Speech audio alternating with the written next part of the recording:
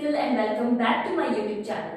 तो आज मैं आपके लिए लेके आई हूँ introductory part of chapter 3 that is pair of linear equations in two variables. Let's start. देखिए हमारे पास चैप्टर नेम क्या है, pair of linear equations in two variables.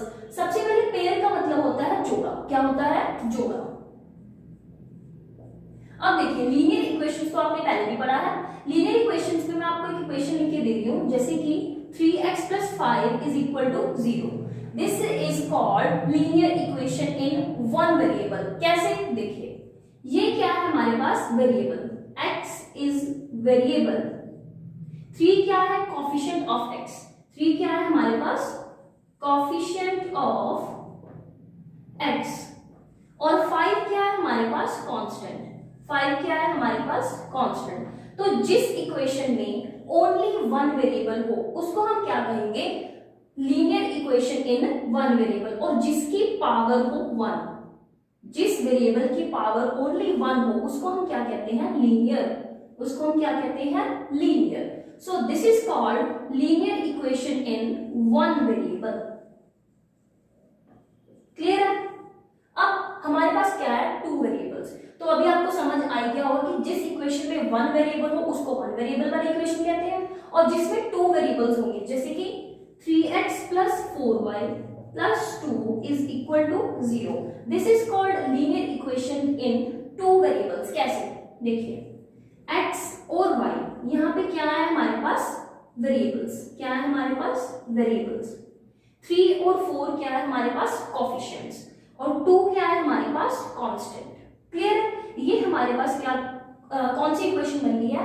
Linear equation in two variables, क्योंकि इसमें दो वेरिएबल्स हैं। इसका एक जनरल फॉर्म भी होता है ax plus by plus c is equal to 0. This is the general form of finding linear equation in two variables. कैसे? x और y ये क्या है हमारे पास? वेरिएबल्स। a और b क्या है? कोफिशिएंट्स। और c क्या है हमारे पास? कांस्टेंट। क्लियर है? तो अभी आपने linear equations in two variables तो सीख लिया कि ये होता क्या है। तो अब आप थोड़ा सा ध्यान दीजिए पेयर की तरफ। पेयर का मतलब क्या होता है? हमारे पास दो इक्वेशंस होगी। आपकी बुक में एनसीईआरटी की या कोई भी बुक आपके पास जो भी है तो उसमें आपको कोई भी क्वेश्चन दिखेगा वो भी टू इक्वेशंस का दिखेगा। That is pair of linear equations in two variables. ठीक है? अब कोई भी वेरिएबल्स की वैल्यू निकालने के लिए हमारे पास मेथड्स हैं। That is first is graphical representation. First is graphical representation and second one is algebraic representation. Second one is algebraic representation. Clear है? अब देखिए सबसे पहले हम ग्राफिकल को रिप्रेजेंट करेंगे। ग्राफिकल में सबसे पहला मेथड क्या होता है? a1 over a2 is not equal to b1 over b2। अब आप देखेंगे कि a1 a2 b1 b2 होते क्या हैं, कहां से आई ये वैल्यूज। अब देखिए हमारे पास दो इक्वेशंस हैं, कोई भी हम दो इक्वेशंस ले लेंगे, जैसे कि 4x plus 8y 16 equal to 0, 5x 16y plus 32 equal to 0। अब देखिए ये हमारे पास कोई भी दो इक्वेशंस मैंने ले ली है। कौन सी इक्वेशंस हैं ये? टू वेरिएबल्स वाली। ठीक है? टू वेरिएबल्स वाली ये दो इक्वेशंस हैं। अब हम इसको जनरल फॉर्म में लिखेंगे। That is a1x plus b1y plus c1 equal to 0, a2x plus b2y plus c2 equal to 0। अब हमारे पास a1 की वैल्यू क्या है? 4, a2 की वैल्यू क्या है? 5, b1 की 8, b2 की 16 और कांस्टेंट्स की क्या है? 16 और 32। क्लियर? अब हम इसमें वैल्यूज पुट करेंगे। a1 की वैल्यू क्या है? 4, a2 की वैल्यू क्या है हमारे पास? 5, b1 की 8 और b2 की 16। क्लियर? अब ये बताइए कि ये दोनों इक्वल है? ये देखिए ये तो कट जाएंगे। 4 over 5 1/2 रह गया। अब ये बताइए कि ये दोनों इक्वल है? No, they are not equal. अब अगर हमारे पास a1 over a2 b1 over b2 equal नहीं आते हैं तो that means these lines are intersecting lines. तो that means these lines are intersecting lines on one point. तो इसका क्या मतलब होगा? कोई भी दो इक्वेशन है जो वो इंटरसेक्ट करेंगी किसी एक पॉइंट पर। ठीक है? अगर हम एक पॉइंट पर काट रहे हैं, एक पॉइंट पर काट रही हो तो दैट मीन्स इसका क्या सॉल्यूशन होगा? Only one solution. ठीक है, तो ऐसी इक्वेशंस का जो सॉल्यूशन होगा क्या होगा, सिर्फ एक, that is unique solution, that is unique solution. अब अगर हमारे पास एटलीस्ट वन सॉल्यूशन निकले तो उसको क्या कहते हैं, कंसिस्टेंट। तो उसको क्या कहते हैं, कंसिस्टेंट। क्लियर है, ये थी हमारे पास first type of finding graphical representation. अब हम करेंगे ग्राफिकल रिप्रेजेंटेशन की सेकेंड टाइप। सेकेंड टाइप में क्या होता है, a1 over a2 is equal to b1 over b2 is equal to c1 over c2। इसमें भी हम दो इक्वेशंस ले लेते हैं।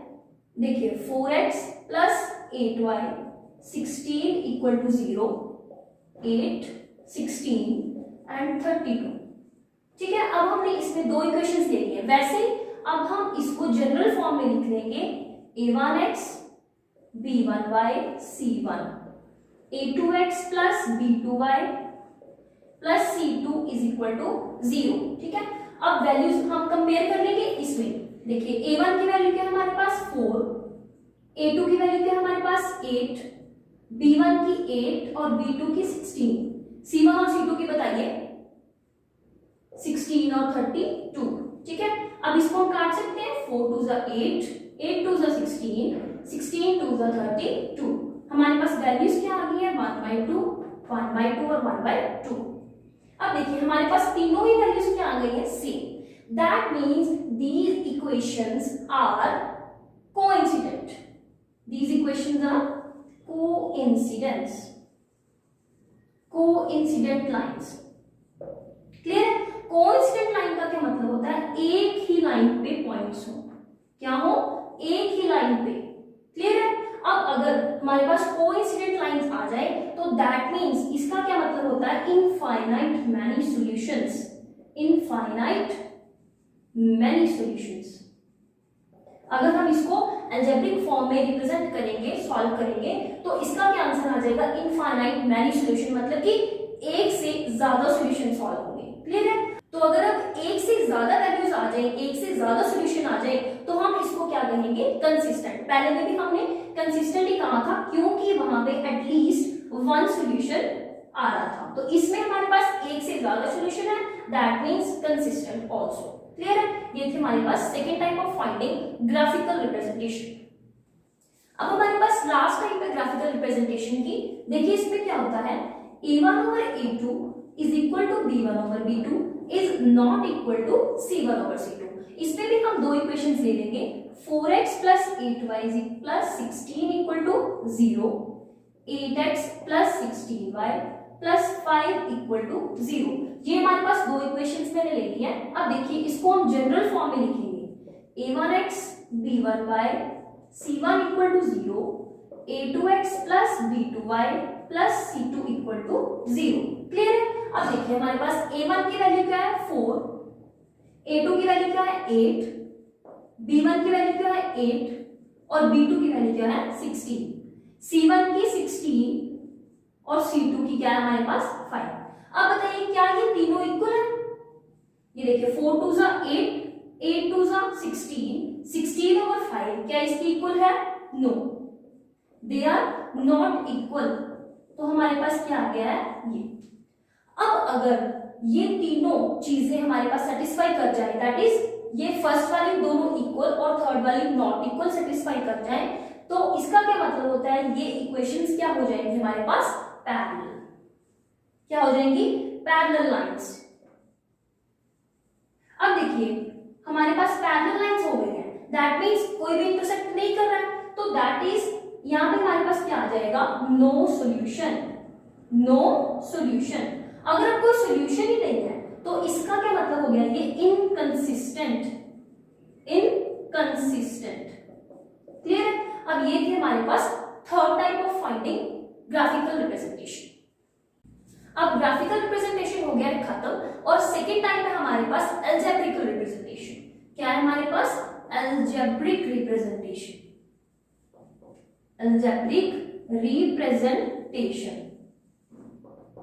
क्लियर है, अब अलजेब्रिकल रिप्रेजेंटेशन में हमारे पास थ्री मेथड्स हैं of finding linear equations in two variables. देखिए फर्स्ट इज सब्स्टिट्यूशन मेथड,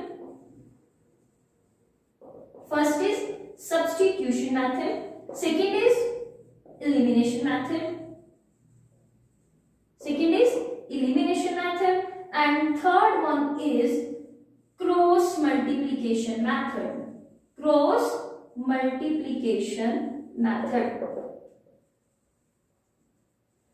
अब ये मेथड्स दैट इज अलजेब्रिकल रिप्रेजेंटेशन मैं आपको सेकेंड वीडियो में सिखाऊंगी।